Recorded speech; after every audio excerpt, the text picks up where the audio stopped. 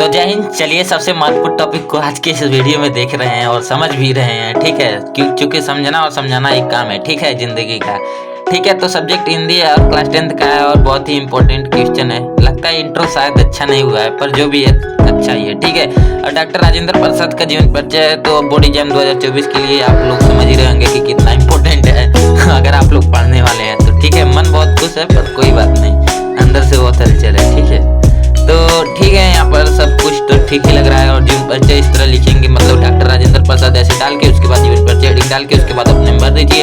यही सब जो मेन पॉइंट हमने हाईलाइट किया है ब्लैक कलर से, वही सब सही होना चाहिए और क्या, अपने में मन से भर दीजिए।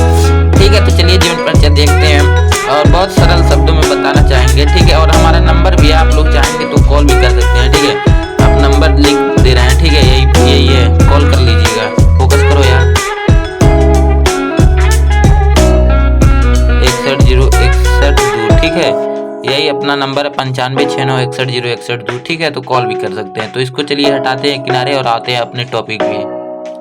तो देखिए, देश रत्न डॉक्टर राजेंद्र प्रसाद का जन्म 1884 ईस्वी में बिहार राज्य के छपरा जिले के जीरादोई नामक ग्राम में हुआ था, ठीक है।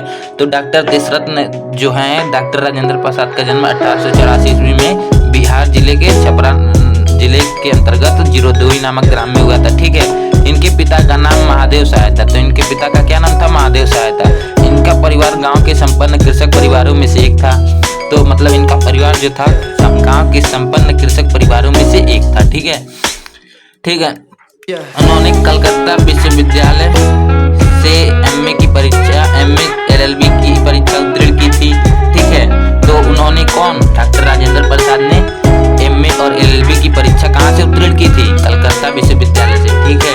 तो ये प्रतिभा संपन्न और मेधावी छात्र थे। मेधावी मतलब कि टॉपर स्टूडेंट में से उनकी गिनती होती थी, ठीक है। और परीक्षा में सदैव प्रथम आते थे, ठीक है। तो वे सदैव परीक्षा में क्या आते थे? प्रथम आते, ठीक है।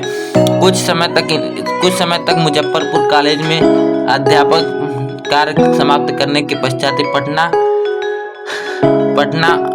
पटना और कलकत्ता हाईकोर्ट में वकील भी रहे, ठीक है। उसके पश्चात ये सब फलाना ढिमकाना लिख दीजिएगा और अपने मन से मर्जी से बना के उसमें चढ़ा बढ़ा के लिख दीजिएगा और नंबर तो मिलना ही है, ठीक है। इतना एग्जामिनर के पास टाइम थोड़ी होता है, ठीक है।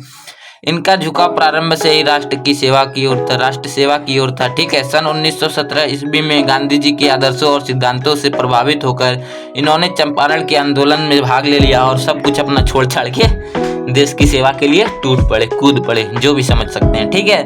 और जिंदगी में सच में कोई पैसा ही सब कुछ थोड़ी होता है, ठीक है। और वकालत छोड़कर पूर्ण रूप से राष्ट्रीय स्वतंत्रता संग्राम में कूद पड़े, ठीक है। वही बात है, ठीक है, जो हमने पीछे बताया, ठीक है। कूद पड़े, ठीक है। कूद पड़े कहाँ गया जी? कूद पड़े। अनेक बार जेल की यातनाएं भी झेली, ठीक है। तो अनेकों बार जेल की यातनाएं भी झेली। उन्होंने विदेश जाकर भारत के पक्ष को विश्व के सम्मुख रखा। तो डॉक्टर राजेंद्र प्रसाद ने विदेश गए, मतलब अपने पैसों से विदेश जाकर भारत के पक्ष को विश्व के सम्मुख रखा, ठीक है। उसके बाद यहाँ से फलाना ढिमकाना पढ़ लीजिएगा, ठीक है। ये 3 बार अखिल भारतीय कांग्रेस के सभापति भी और भारत के संविधान निर्माण करने वाली सभा के सभापति भी चुने गए, ठीक है। जैसे बात ये कि गांव में रहकर कुछ मजा नहीं आ रहा है, ठीक है। अगले साल से हम सोच रहे हैं कि 12th का वो चालू कर दें, मैथ पूरा, ठीक है, कंप्लीट प्लेलिस्ट बन जाएगा, ठीक है। तो कोई बात नहीं। राजनीतिक जीवन के अतिरिक्त बंगाल और बिहार में बाढ़ और भूकंप के समय की गई इनकी सामाजिक सेवाओं को भुलाया नहीं जा सकता। मतलब राजनीतिक जीवन के अतिरिक्त बंगाल और बिहार में भूकंप आया था, वो कब आया था आप लोग कमेंट कर दीजिएगा, ठीक है।